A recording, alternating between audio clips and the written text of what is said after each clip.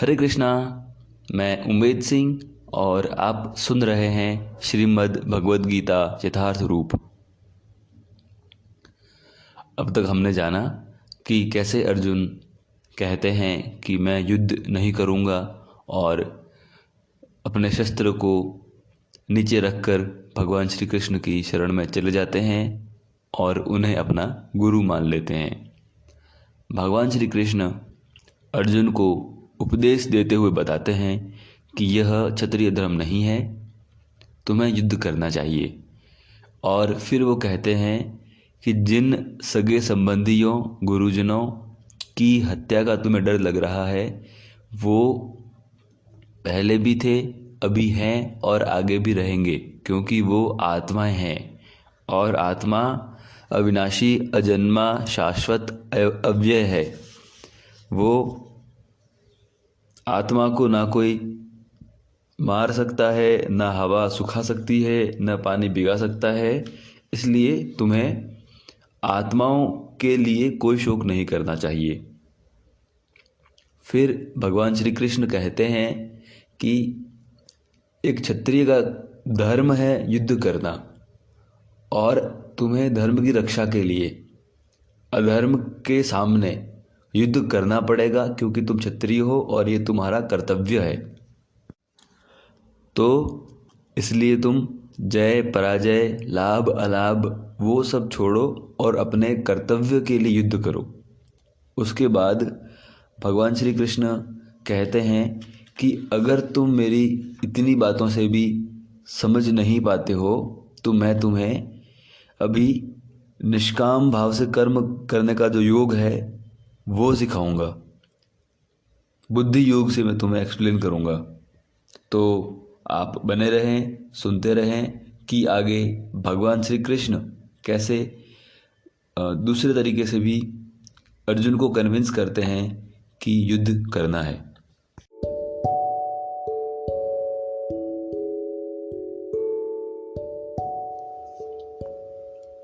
40वां श्लोक।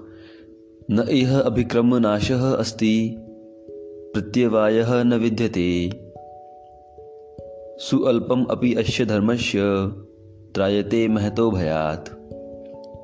इस प्रयास में न तो हानि होती है न ही हास, अपितु इस पथ पर की गई अल्प प्रगति भी महान भय से रक्षा कर सकती है।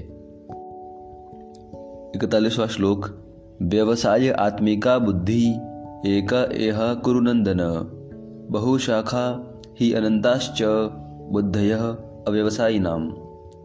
जो इस मार्ग पर चलते हैं वे प्रयोजन में दृढ़ रहते हैं और उनका लक्ष्य भी एक होता है। हे कुरुनंदन, जो दृढ़ प्रतिज्ञ नहीं है उनकी बुद्धि अनेक शाखाओं में विभक्त रहती है।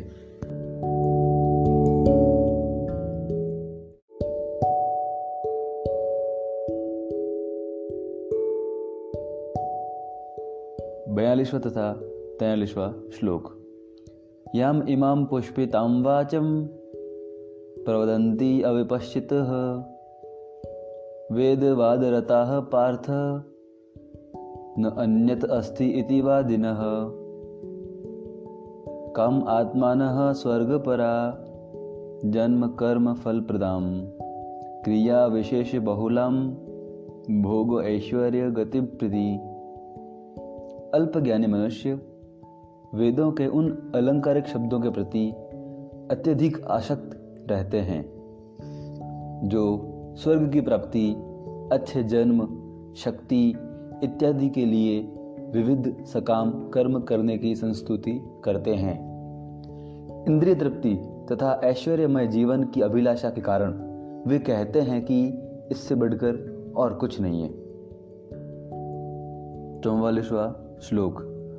भोग ऐश्वर्य प्रसक्तानां तया अप्यहत चेतसां व्यवसायात्मिका बुद्धिः समादोह न विधीयते।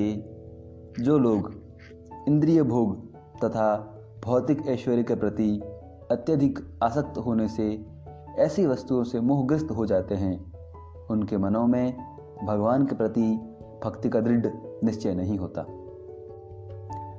45वां श्लोक।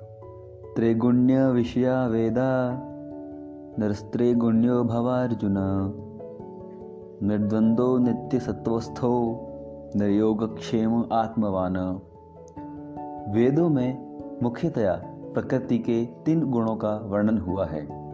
हे अर्जुन, इन तीनों गुणों से ऊपर उठो, समस्त द्वैताओं और लाभ तथा सुरक्षा की सारी चिंताओं से परे मुक्त होकर आत्मपरायण बनो।